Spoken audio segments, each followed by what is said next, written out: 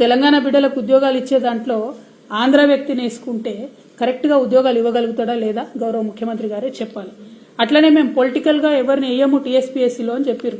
మరి 6వ నంబర్గా అమ్మాయి పాల్వాయి రజనీ కుమారి అనేటటువంటి అమ్మాయి ఉన్నది. ఆమె పొలిటికల్ వింగ్లో అనేక సంవత్సరాలు టీడీపీతో కలిసి పనిచేసినటువంటి వ్యక్తి. మరి ఆమెకి ఇచ్చినారు ఇవ్వాలి.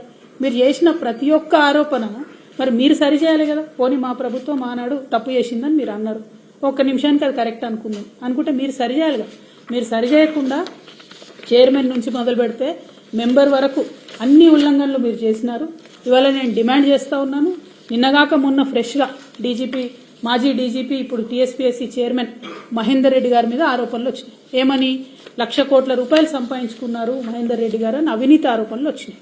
ఇవాళ నేను రేవంత్ రెడ్డి గారిని డిమాండ్ చేస్తూ ఉన్నాను, గౌరవ ముఖ్యమంత్రి గారిని డిమాండ్ చేస్తూ ఉన్నాను, తక్షణమే మహేందర్ రెడ్డి గారిని టీఎస్పీఎస్సీ చైర్మన్గా తొలగించాలి, జ్యుడిషియల్ ఎంక్వైరీ ఆయన మీద వేయాలని చెప్పి డిమాండ్ చేస్తూ ఉన్నాను. ఇదే డిమాండ్తోని త్వరలో గవర్నర్ గారిని కూడా మేము రిక్వెస్ట్ చేస్తాం.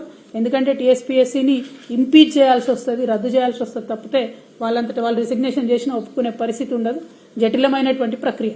నా బాధ ఏంటంటే టీఎస్పీఎస్సీ బాలేదు మేమేదో నిరుద్యోగులకు అన్యాయం చేసినామని ప్రచారం చేసుకుని వాళ్ళ ప్రభుత్వంలోకి వచ్చినటువంటి మీరు మరి ఒక అవినీతిపరుడైనటువంటి వ్యక్తి అనే ఆరోపణలు వస్తున్నటువంటి వ్యక్తి చైర్మన్గా, మా ప్రభుత్వంలో 5 సంవత్సరాలు డీజీపీగా పనిచేసినటువంటి వ్యక్తిని చైర్మన్గా వేసుకొని, ఆంధ్రోళ్లను మెంబర్లు చేసుకొని, పొలిటీషియన్స్ని మెంబర్లు వేసుకొని తెలంగాణ యువకులకు ఎట్లా న్యాయం చేస్తారో ఇవాళ మీరు చెప్పాలి. ఎందుకంటే మీరు డిసెంబర్ లోపల 2 లక్షల ఉద్యోగాలు ఇస్తా అన్నారు.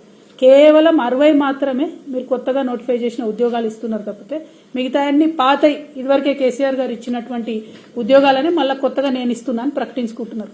నిన్న సింగరేణిలు ఇచ్చిన 400 అంతే, అంగన్వాడీలను అప్గ్రేడ్ చేసిన మినీ అంగన్వాడీలను అంతే, స్టాఫ్ నర్సులను అంతే, రేపు రాబోయే 15,000 కానిస్టేబుల్ ఉద్యోగాలు కూడా కేసీఆర్ గారు నోటిఫై చేసినాయి.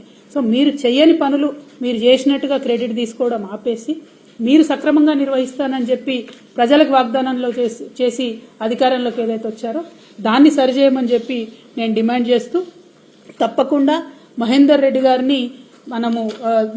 గారి మీద జ్యుడిషియల్ ఎంక్వైరీ వేయాలని చెప్పి నేను డిమాండ్ చేస్తూ ఉన్నాను.